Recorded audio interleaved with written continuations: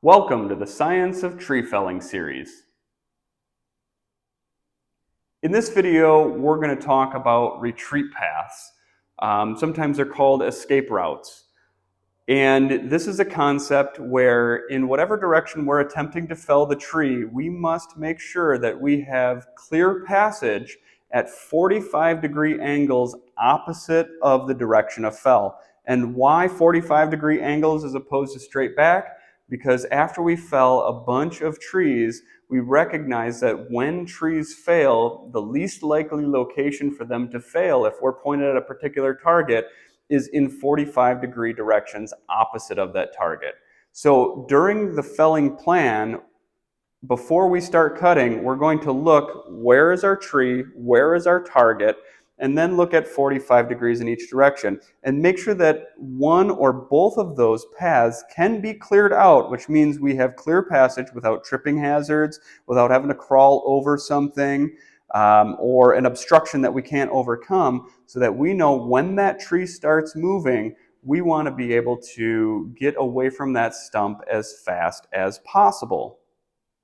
So in the plan, we're going to look, is it easier to go to the left or go to the right? And when we make our release cut, we're standing in a situation, or if we have to mechanically advantage the tree by driving wedges into it, we're already in a stance that allows us to, once we see that tree start to move, begin to, in a controlled fashion, walk in a calm manner away from the stump. Now, the further away from the stump you can get, the better. My recommendation is 15 feet. If you can get 15 feet away, and in my case, that's only 3 paces, when the tree starts moving, you will be at a safe enough distance to observe the tree drop and hit the ground with very low likelihood of becoming injured.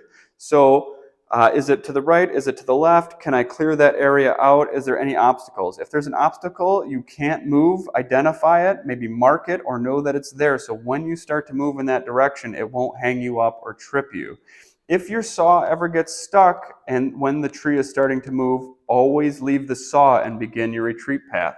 Your retreat path starts as soon as the tree starts to move. If it starts to move, you go to your retreat path and it stops moving and you have to go back in, at least you can just stop and wait there in a safe spot and then come back. And if you need to, it starts moving again and you go back out to that direction. If your retreat path can end with an object that you can tuck behind, such as another tree or something that could prevent you getting hit with objects, that is preferred, but get away at least 15 feet. And now how you get away is also important.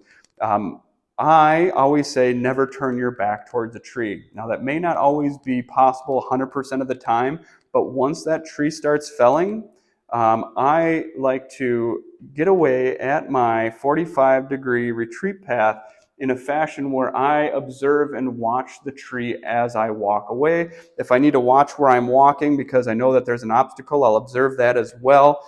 Take my eyes off for just a fraction of a second, but watch the tree as much as possible, because if you've done everything right, the tree will go in the direction that you want it to.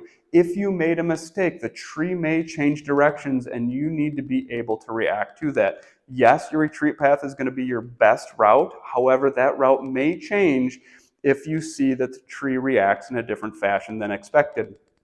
Let's say a high wind gust comes as that tree starts to move, and now all of a sudden that tree is failing backwards towards you. You need to pay attention and adjust. And once you're at that retreat path and the tree has fell in the direction that you want it to, you don't move from that retreat path, and you don't let anybody else move who may be in the surrounding area until you know the coast is clear. So once the tree is safely on the ground, things are going to be moving. The canopy is going to be moving. There may be some branches that have broken off and that are still flying into the air.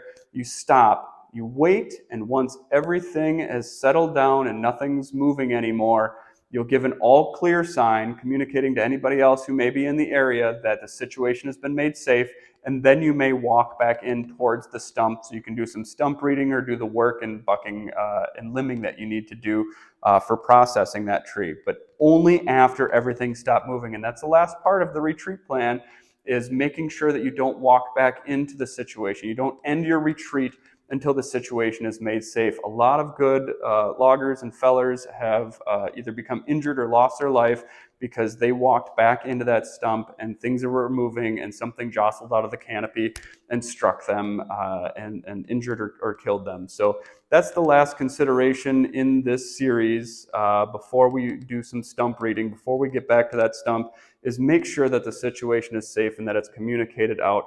Have those retreat paths cleared out before you start the felling process. And if you can't get one of those escape routes cleared, don't fell the tree, because you're going to find yourself in a situation that could potentially be unfortunate for you.